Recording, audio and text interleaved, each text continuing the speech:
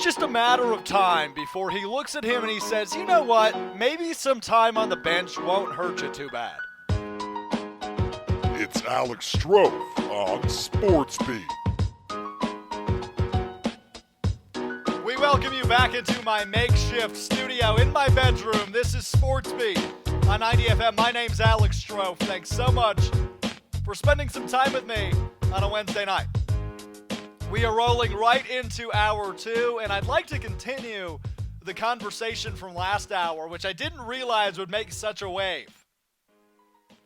I've heard from a few of you on Twitter, at Alex_Strouf, using the hashtag SportsBeat, really digging into me about my hatred for draft grades.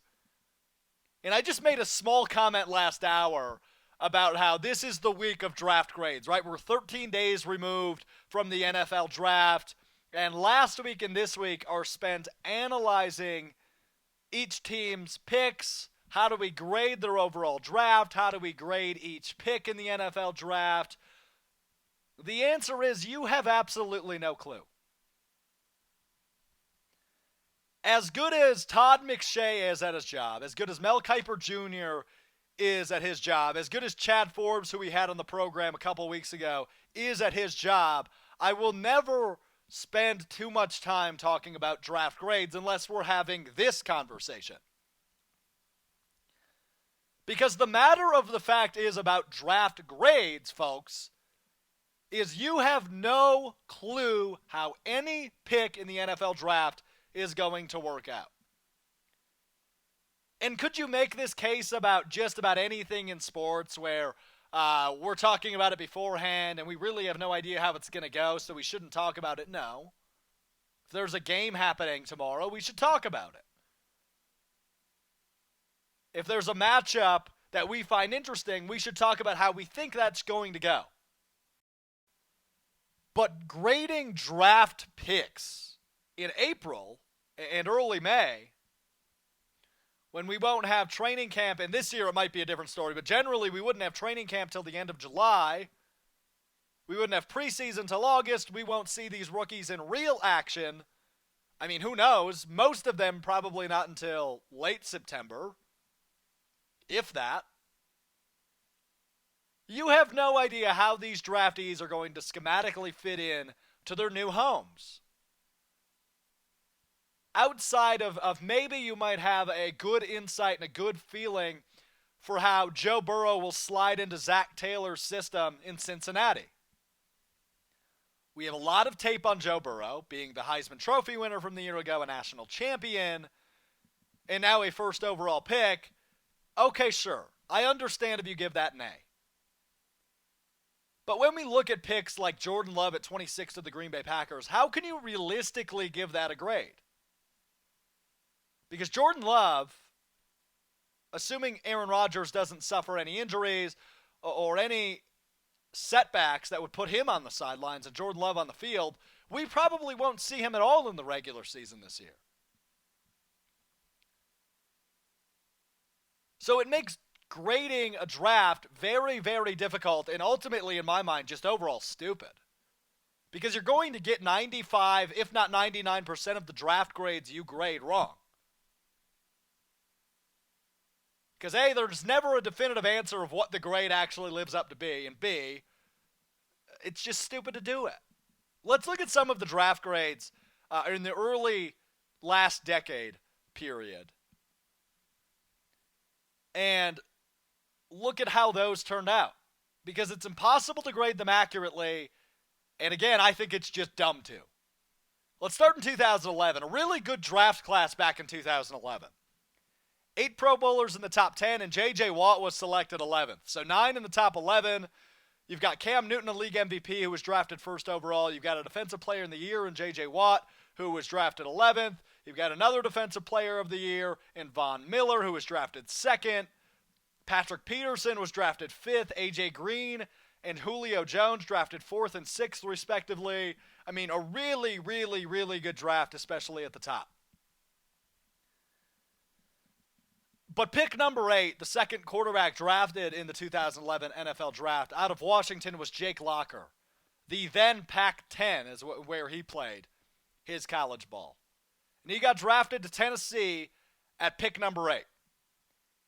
And 2011 was really the first draft that I watched all 3 days through. One of the first, at least. I vividly remember that number 8 selection because I had watched a lot of YouTube film on Jake Locker. I think I was, 12, 13 years old at the time.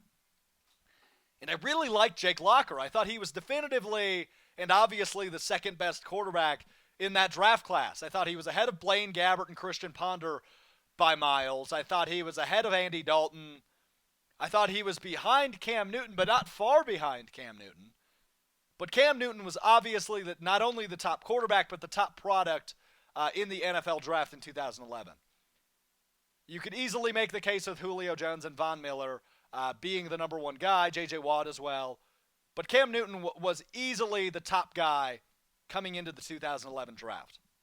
But I thought Jake Locker was right there, and a lot of experts did as well, because that was really the spark that Tennessee needed to take that next step. So looking at 3 draft grades from 2011 of that number 8 pick, A+, A+, A. Again, A+, A+, A for Jake Locker to Tennessee back in 2011. Now, as you're definitely aware, Jake Locker isn't in the league, and he hasn't been since 2014. Yeah. He played 4 seasons, all with Tennessee starting only 23 games. He went 9-14, and although his record is 5 games under 500, the rest of his stats really aren't horrible. They're not great by any means, but they're not horrible. Just under 5,000 yards. He had 4,900 yards in his career. 57.5 completion percentage, 27 touchdowns in 23 starts, and 22 INTs. So really not a horrible stat line. But no playoff appearances, an under 500 record, and only 4 years before he called it quits. Not an A+, not an A, not an A-, not a B+, not a B, not a B-, not a C+. Maybe a C, but that's still the 8th overall pick, and you're only getting 4 years out of him and 9 wins in 4 years. And that's 2 wins a year? So yeah, not a home run by any means was Jake Locker in 2011. In 2012, we had a very similar situation, but even higher on the draft board. Trent Richardson out of Alabama was supposed to be the best running back we had seen in at least decades, if not ever. I don't remember a time, maybe since Saquon Barkley. I think Saquon Barkley is the other one that I can make the excuse for, and maybe Zeke. But Trent Richardson was the most hyped up running back product I remember ever. At least in my time watching football. And let's remember, I'm young, I'm 21, but I've been watching football coherently since I was 5 or 6 years old. So the last 16, 17 years, Trent Richardson, I think, was even more hyped up than Ezekiel Elliott, and probably equal with Saquon Barkley's hype. We thought Trent Richardson was going to come in and absolutely be just the top back in football for the next 6, 7, 8 years. He was supposed to really replace Adrian Peterson as football's top back. And he didn't. No. Because he was drafted number 3 overall to Cleveland. And the 3 draft grades that we pulled, A+, A+, A+. Trent Richardson to Cleveland at number 3 in 2012. 3 years, 37 starts, 2,000 yards, 17 touchdowns. 11 of which came in his rookie year. So after his rookie year, only 6 touchdowns and something around 30 games played.